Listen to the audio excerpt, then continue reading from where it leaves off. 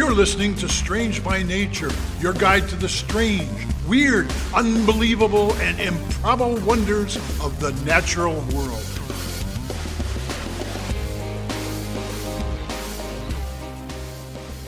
Hello, everyone. Thanks for being here today. I am Kirk Mona, and I am joined today by Rachel Ginza and Victoria Thompson. We are all professional naturalists who together have scoured the world for weird and wonderful wonders just to please your mammalian brain's desire for novelty. Isn't that nice? Let's do this. All right, everyone. I get to start us off this week. So I'm pretty excited. Okay, so this is something that kind of came up recently for me, and I was just like, I wonder. So it's one of those topics. So out in the wide, weird world of nature, there's a wide variety of creatures, right?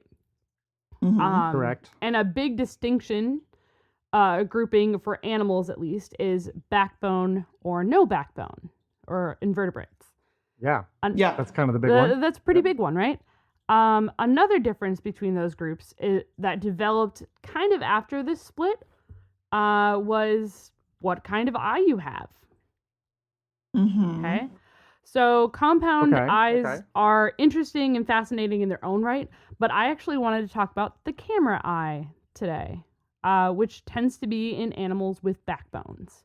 So a camera eye are the eyes that humans and a lot of other animals that have backbones have, and it works just like a camera. All right. There's the colored part. You put film in the back. Right. And then your brain develops it and you see the image in front of you. Yeah. Like a week later. Yeah, exactly. So the colored part of the eye, how it kind of works is the iris, the colored part of the eye, is a muscle that actually controls the size of the pupil. The pupil is pretty much the hole that light goes through to get to the receptors at the back of your eye and your retina. It contracts with more light and dilates or gets bigger with less light. But what really made me choose this topic was that not all animals have the same shape of pupil. This is true. Ooh, yeah. Interesting. And I was curious why there's different pupil shapes and why some animals have really bizarre pupil shapes. So let's get into it. I'm interested to hear about this. So the first one I'm going to talk about a little bit is vertical slit. So you often see these in animals. These are adapted for animals that are low to the ground. So like foxes, or maybe if you're at home, your lovely cat, if you have one. They're low to the ground and they're ambush predators. The vertical slit allows them to be able to more accurately judge the distance to prey. So it allows them to have a little more focused vision. And but it also allows things like grass to be a little more blurred. So they're more focused on prey shapes rather than like grass or trees, because they are predators. Animals with vertical slits also tend to be more nocturnal hunters. So not only they're ambush predators, but they're animals that will hunt at night as well. So if you think about like a fox, they tend to be a little more active in the crepuscular time period or at night. Same with cats. They're a lot more active at night. However, it's not all cats. There seems to be a height limit for having vertical slits. And obviously this doesn't count for every single animal. There are some animals where it's there is an exception to every single rule, as we have discovered in this podcast. So round pupils, like humans, tend to be animals that chase down their prey. So instead of ambushing and getting up really close, they are taller and they tend to be actively chasing down their prey. So these are like larger animals like tigers or lions or wolves. Humans all have round pupils, and it allows for a more even focus across our field of vision. So but on the downside of that, we don't necessarily have good transition between light changes. So, I mean, if you ever go from a really bright space to a really dark space, it takes a few minutes for your eyes to adjust. Whereas with like Right. vertical slit, you're able to adjust a lot faster. Oh, interesting. Okay. Yeah, and I've heard another way of saying that too. I've heard is that there's like more dynamic range Mm-hmm. the vertical slit gives. So it's like that's just it's so weird to even think about because it's not what we have. And so it's Exactly. so easy to assume that what we have is like, oh, that's normal, but Not no. necessarily. Yeah. Um, there's another kind. There's a couple other kinds of pupils that I want to talk about. There's horizontal pupils, which Like are goats. goats, Oh, it's horses, deer have them. Generally speaking, they are prey animals, and it seems to allow for a wide panoramic view of the horizon. Okay. So their vision necessarily isn't that sharp on the like sides on the peripheral type vision, but it allows them to see a much wider frame. Now, what makes it extra weird to have horizontal vision is their eyes, in order to keep horizontal to the horizon and keep parallel, their eyes rotate in their head as they like if as animals graze like a deer or a cow or a horse, their pupils Right. their eyes in their head will rotate the opposite way to keep their pupils horizontal to the horizon. Oh, it's like a Oh, level. Uh-huh. I Weird. did not realize they did that. That is No. very cool. Uh-huh. I feel like I had Huh. learned it before, but it didn't connect. So it's It is actually, ugh.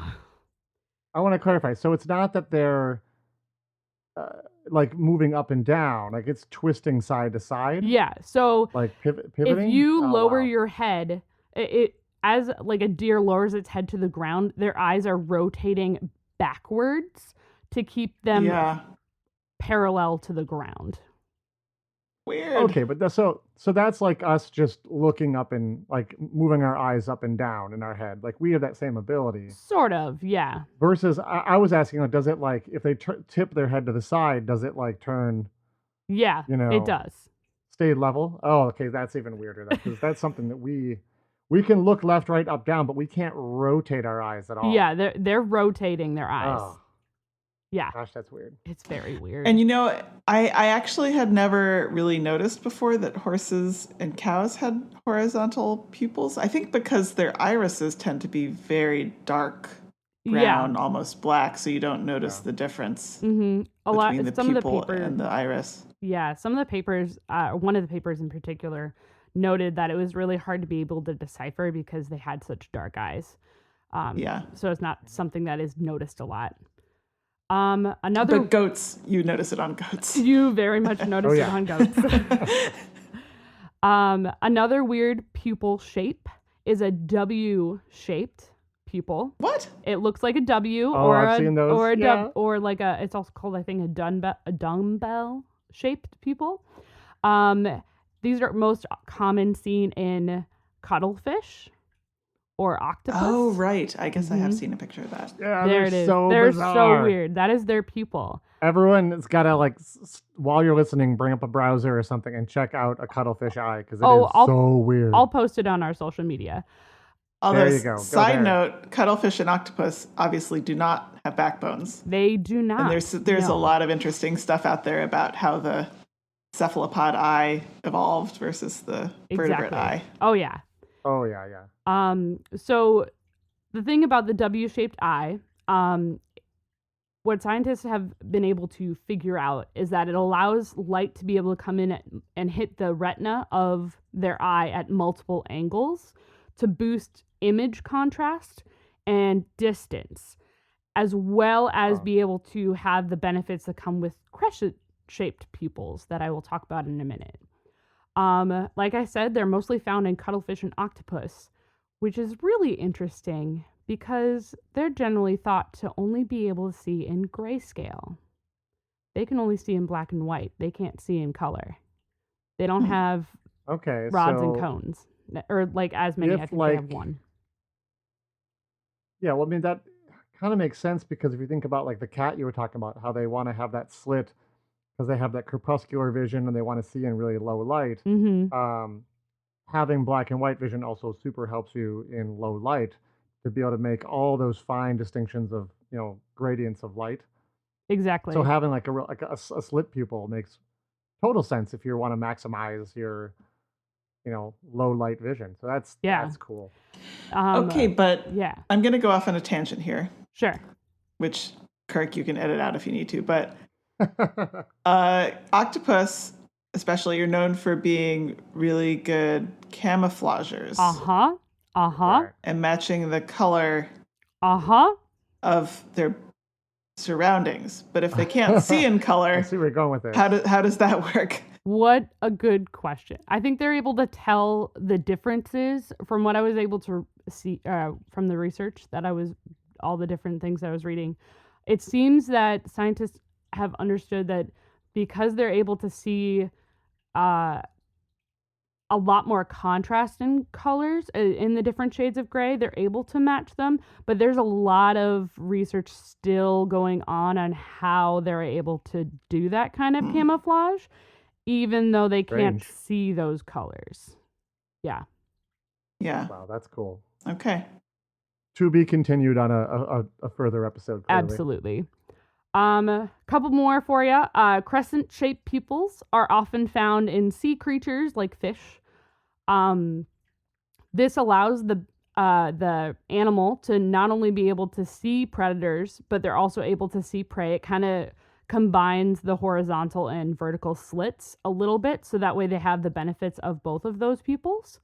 But the crescent actually helps reduce the effect of light distortion in the water, so they're better able to see the distance of like their predators and prey. Wow. Interesting. In the water. And W-shaped pupils actually have that same trait. They're able to... Sure, it's like two crescents. Exactly. So they're able to reduce that effect, which is amazing. And then the last one, I don't really know why it's this shape, but I thought this was really fun it made me go, I'm sorry, what? Some toads, specifically the yellow-bellied toad, have heart-shaped pupils. Wow. Didn't know that. Don't really know why, but it's really fascinating. Don't some other toads have like diamond-shaped pupils? You're getting to that probably. Sorry. I am not, actually. That is okay. all the different pupils that I was going to cover today, because there's so many different shapes and they all have different... Oh, there's so many. Yeah, it's so cool. But these are some of the bigger ones that are out there. So, yeah. And that's all I have for you today. I'll never look at eyes the same way. Oh my gosh, Kirk. With my little round pupils. All right, we're going to go to a break, and when we come back, it'll be Victoria.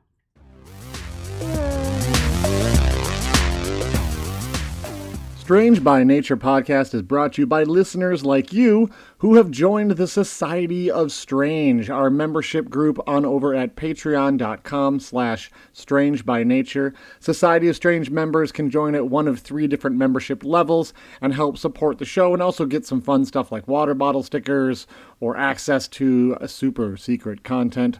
So a thank you to those who have joined already to help make this podcast possible. If you haven't joined yet, we'll see you soon over at the Society of Strange at patreon.com/strangebynature. See you soon. So I was actually going to do an entirely different topic this week. Oh my goodness. I randomly saw something about this on my Facebook feed, and I was like, this is it. Got to do it. Oh, yeah. Got to do it. I love those moments. Happens all the time. Yeah. Here in Minnesota, we often, as you know, get strong thunderstorms in the summer, like many places. And, right. I've many times been woken up in the middle of the night by a big crash of thunder and lightning. I'm sure that's probably happened to you too. Mm-hmm. Yeah. And, I might be awake for half an hour or whatever, and then the storm will die down and I'll go back to sleep. And my kids, now that they're toddlers, are starting to freak out more about thunderstorms. I don't blame them. They're terrifying. Yeah, and I know a lot of dogs have have problems with thunder and lightning. Mm-hmm. But I don't know about the dogs, but the people of Lake Maracaibo in Venezuela have had to get used to lightning because they live in the most lightning-struck place on Earth. What? Awesome. Cool. Yep. It occurs up to 300 days per year, for I up will to never 9 move hours a there. night. Oh, absolutely not. I'm not moving there ever. Awesome. About 28 lightning strikes per minute on average. That's about every 2 seconds. I'm in. Sign me up. I'm not. I'm all out. night for most love of the it. year. Nope. I'm out. Bye. Well, we have some differing reactions here among our. I mean, in all fairness, Podcast hosts. I'm also a like trained storm spotter. Mm-hmm. So I find storms and lightning fascinating. I think they're fascinating from a very safe distance where I am not present. Well, that's kind of the idea. You don't want to put yourself in harm's way, but go on. Please. Okay, so have either of you heard of this that I'm talking about before? No. It rings a bell. Okay. I know there's a couple locations that are very lightning-y, and I don't know if this is the one that I've heard of. So I'm really Probably. curious to hear. I think this is the one. So first, just a little geographic orientation. Lake Maracaibo used to be a true lake, and it's actually one of the oldest lakes in the world. They estimate 20 to 36 million years old. Oh my goodness. Whoa. Yeah. But it is now a lagoon or an inlet of the Caribbean Sea. So this is at the northern tip of South America, and it's near Venezuela's border with Colombia. Okay. It's in Venezuela. Right. And the Gulf of Venezuela connects via a narrow strait to Lake Maracaibo. It's a very large lake. It's about 13,000 square kilometers or 5,000 square miles. Okay. And the whole lake is surrounded by a flat, marshy area, and it's fed by many rivers. The largest of which is called the Catatumbo, which enters from the southwest. So this lightning occurs in a very specific area where the Catatumbo River empties into Lake Maracaibo. And so this phenomenon is called the Catatumbo lightning, Relampago del Catatumbo in Spanish. And Nice. it's like, you can look up videos of this online. It's just nonstop, just lightning. Just lighting up the whole sky. And actually, an alternate name for it is the Beacon of Maracaibo, or the Maracaibo Okay. Beacon, because it almost acts like a lighthouse for Wow. navigation All right. in Yeah. the area. So the really weird thing about this is its consistency, because Yeah. normally, storms come and storms go, and lightning strikes in Yeah, you very said random places. 300 days a year. That's Yeah. a lot. That's pretty consistent. Yeah. So what's up? So it seems to be a trick of geography, climate, and wind patterns. Huh.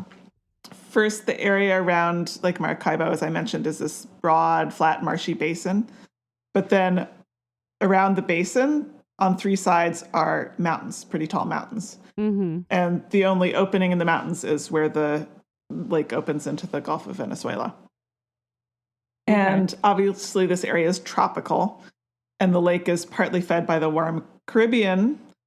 And so there's just a whole lot of warm, moist air over the lake. And as night falls, winds start to push the warm air up against the mountains. And as it rises, this instability causes lightning storms as the water in the moist air collides with ice crystals in the cold air. Obviously, we had an episode about lightning. Yeah. I'm going back. Thanks, Anytime. I actually listened to another podcast that talked with a fulminologist. It was ologies, and it was so good. And I learned a lot. But yeah, lightning is insane. Yeah. And so in particular, the reason that this lightning seems to be so consistent is that there is a jet of wind. It's not as big as the jet stream, but you can think of it a little bit like that at a much lower altitude. Okay. And it's called the Maracaibo Basin Nocturnal Low-Level Jet. So it happens at night, it's nocturnal, and it just always goes in the same direction, and it pushes that humid air to the south up against the mountains. And that just happens pretty much every night. And Wow. so the lightning only pretty much stops in the dry season, which is in the summer, Mm-hmm.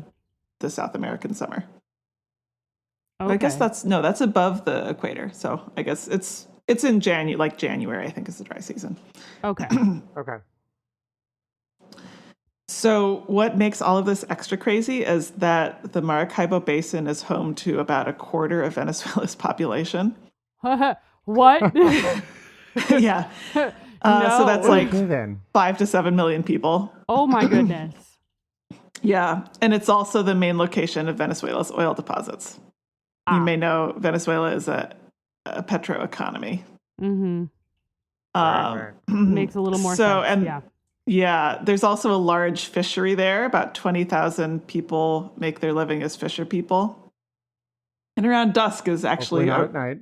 Well, around dusk is apparently the best time to catch fish. So, oh, good. I suppose, yeah. So you're racing the storm. It's also a good time to go for a pleasure cruise in eel-infested waters. Yeah, funny you should mention that. What? What? What do you mean? Why is it funny I should mention that? Well, you'll find out later. Okay. We're just totally going to cut this part out. I think it has to do with next week's episode. Yes. Oh. Cool.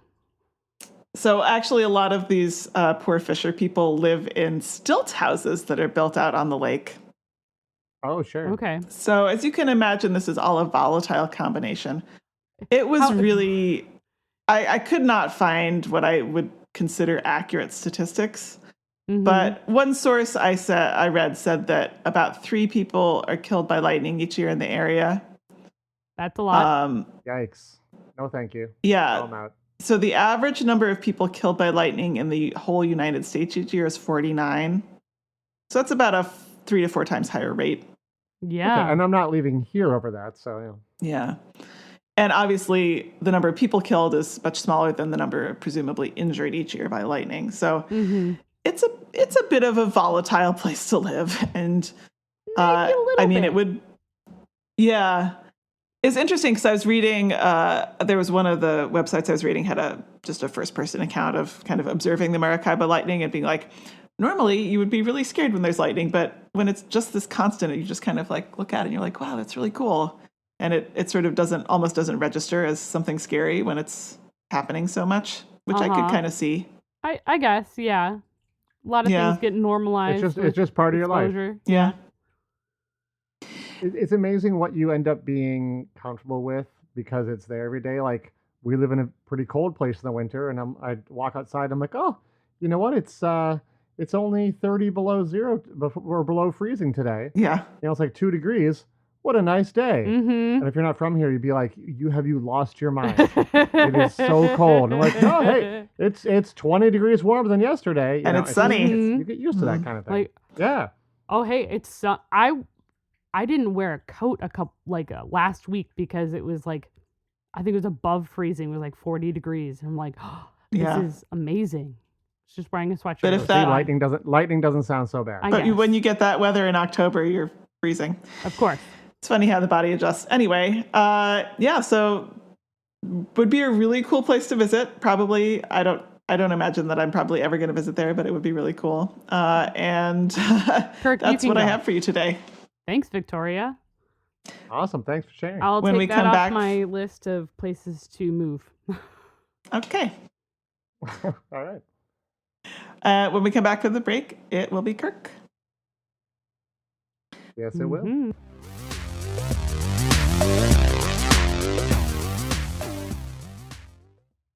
So, we all talk on the show about how we have all worked as professional naturalists, but one thing I don't know that I've ever mentioned is that I'm also a federally licensed bird bander.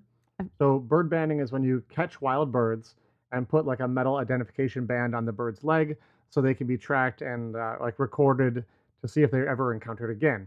It's something you have to have a lot of training and like a license to do, so don't just think you can run out and do it. I feel very fortunate to be able to take part in like research projects and learn more about birds and bird migration. And I actually this year had a cool recovery of a bird that I banded. Relatively recently, I banded a female purple finch. Ooh.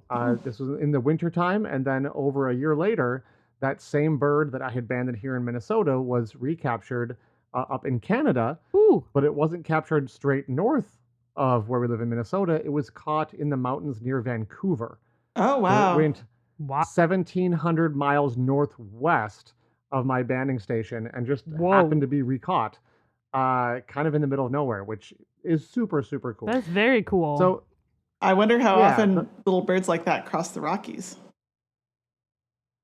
Well, I mean, it had to cross the Rockies, probably the Canadian Rockies when it was up Mm-hmm. there, Mm-hmm. and it was uh, finches in particular do a lot of east-west migration in search of food. All migration is food-based, but a lot of the winter finches will go in search of cone crops for wherever region they're good in, and so it's not necessarily a north-south migration like we Okay. classically think of. Okay. Interesting. But that's an aside. The public sometimes ask us like what birds think about the banding process, which it's sort of like I'm not really I sure. I I'm not can't a ask They them directly. love it. I can't Yeah, they wait to love be it. This is so banded. fun. I love Right. They being love having a banded. human hold on to them and stuff. Big old we can't ask the strange birds thing. directly. Yeah, Trying. well, I'd probably look pretty strange to them. Mm-hmm. It seems a lot of the birds we work with don't seem too bothered by the process. You can literally band a black-capped chickadee and let it go and then catch it in the exact same trap a few minutes later. They'll just go Yeah. right back in. So there's two possibilities. One is that there's quality food in the trap and they figure it's worth the risk to go back inside. After all, they survived unharmed in the first time and maybe these humans aren't that bad. Of course, the other option is that maybe they just aren't that smart. That's what I thought. Yeah, and they're not making a connection between the trap and the food. That very well Mm-hmm. could be as well. So I don't know which one it is, but there are chickadees that will just fly like straight back into a trap for more food. Now, larger birds though are more interesting. We do ban blue jays, Mm-hmm. but it isn't terribly common that we recapture them again.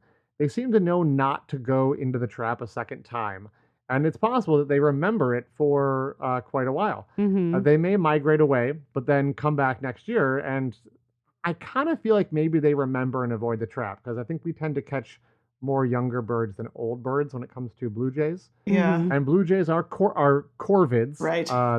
That's corvid with an R, not to be confused with COVID. Right. But the family Corvidae has a number of birds in it that will be familiar to our listeners. So the corvids include all the various jay species, from the gray jays in the north to the pinyon jays and Florida scrub jays in the south. It also includes magpies, crows, and ravens. Mm-hmm. And for our listeners across the pond, it also includes like rooks and jackdaws. Mm-hmm. So, and like more around the world, like corvids are found all over the Yeah. place and have And incredible, they're diversity. so smart and just Yeah. crazy clever. They are wicked smart, and that's part of that's kind of my topic today, is how smart corvids are. Yay! Yay. They actually, interestingly, they are the largest of the songbirds. You ever don't think about corvids as being Nope. songbirds, Nope. but they are songbirds, and they're thought to be the most intelligent as well. Huh. There's a specific Hold story I on. want to tell So you. wait. A crow Yeah. is a songbird? Absolutely. Yep. Huh. I kind of knew that, It's but they just classified.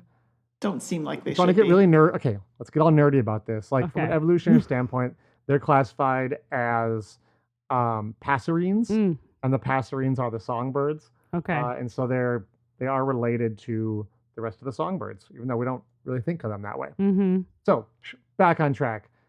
The specific story I want to tell you about is some research, research that some bird banders did back in 2009 that involved crows.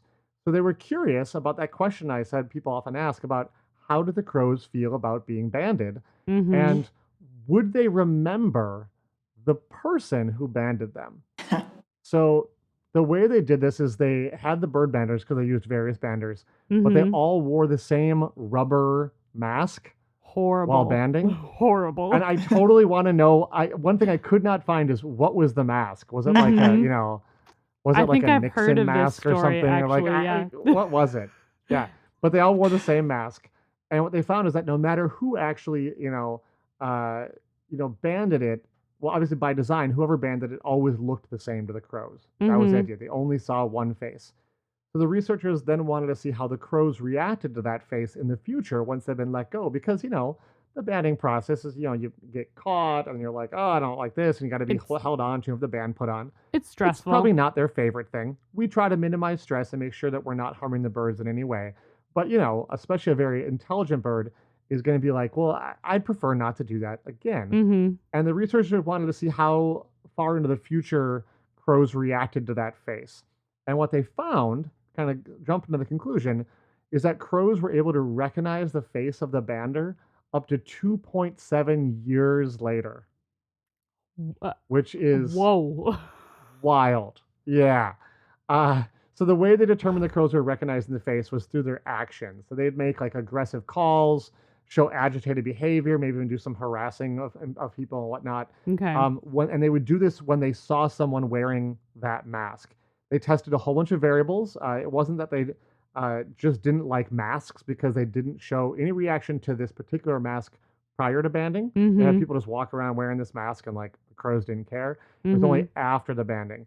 And they also had people walking around wearing different masks after the banding, and the crows didn't care. Okay. The crows were even able to pick out like one person wearing the mask if they had a crowd of people go walking through. The crows wouldn't care, but if one person in that crowd was wearing the mask, they could recognize that face amongst the crowd and would go nuts. That is just whoa. So cool. That's very smart. It's like an incredible example of how intelligent members of this like corvid family are.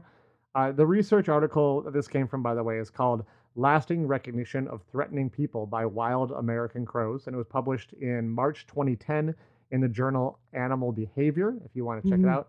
Now, I already knew about this research, but while searching for the particular article, because I wanted to brush up on it, I came across 3 other interesting crow intelligent facts that I was unaware of that I wanted to share about.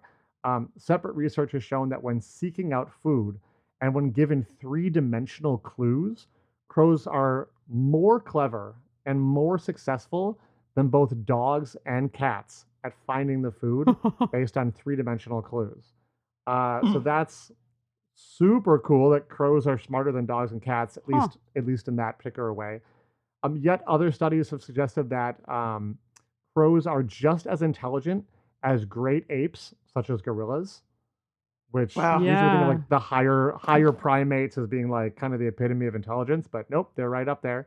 Okay. And then there was another study that shows that crows can not only recognize human faces, which we kind of got from this study I was talking about in 2010, but they've actually shown that crows can recognize human facial expressions and change their behavior based on what emotion the human is showing. Wow. Which is mind-blowing to even think about the amount of cognitive gymnastics going on there to be able to recognize there's emotions. That's something in another species. Yeah. Humans struggle with, right? So like that was pretty amazing. Like go crows, awesome. Yeah. I feel like humans can often sort of understand facial emotions in other mammals. But once you get into another vertebrate class, dogs especially. But once you get into another vertebrate class like birds, I think most of us are not able to do that. So that's really impressive of the crows. There's like photos out there of like there's an angry bluebird or something, but it's like that's just us, you know. Yeah, that's just the way its face is made. It has resting bluebird face. Right, exactly. That's great. Amazing. Yeah, we should even talk about on the show. I think there was some research showing that especially dogs have different facial expressions than like wolves and coyotes and foxes and stuff because they actually are better at making faces for humans in order to communicate with humans about their state, which that'd be animal intelligence is such a cool topic. There's actually a ton of other research that's been done on crows and their intelligence. This was just sort of a few things I wanted to call out, and I think for sure I'm gonna put this back on my list. It's coming off and then going right back on. We're gonna have to do like sort of a crow redux and dive in even deeper into some of the other research that's been done to figure out how smart they are, because they are they're amazing. Well, I mean, go ahead, Victoria. Oh, I was just gonna say that captive crows actually can learn to talk. Absolutely, yeah. They're amazing, you guys. They really are. Like, there's maybe because they're not like brightly colored. I think people are like, "Oh, it's just a crow," or you hear that too by blackbirds, like, "Oh, it's just a blackbird." But like when you look at the actual intelligence, these animals are amazing. So we'll be coming back to them again at a future episode, and I'm just going to reserve all the other little tidbits for then. All right. Yeah. Thanks, cool Kirk. topic. Thanks, Kirk. Yeah. Thank you to the two of you for being here, and thank you to our audience for tuning in. We I mean, we could do this without you, but it'd be pretty pointless. It would just be the three of us Right. Just sharing sitting fun around things. talking. So, yeah, Which I mean, we that's do fun, anyway. but it's more fun with all of you. And, you know, Mm-hmm. if you have questions and comments and stuff, please reach out to us because it's always fun to hear from our audience. So thank you. Yeah. See you next Always week. fun things. See you next week. See you next week.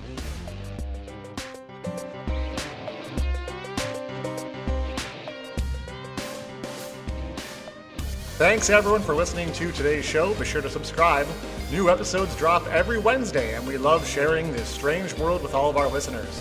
If you would be so kind as to leave us a 5-star review, that would be great. It lets other lovers of the strange discover the show. You can reach out to us on social media by searching for Strange by Nature Podcast on Twitter, Facebook, and Instagram. You can send us an email as well. Our address is contact@strangebynaturepodcast.com. If you want more information about the show, you can also check out our website, which is strangebynaturepodcast.com. Until next week, get outside, stay curious, and embrace the strange.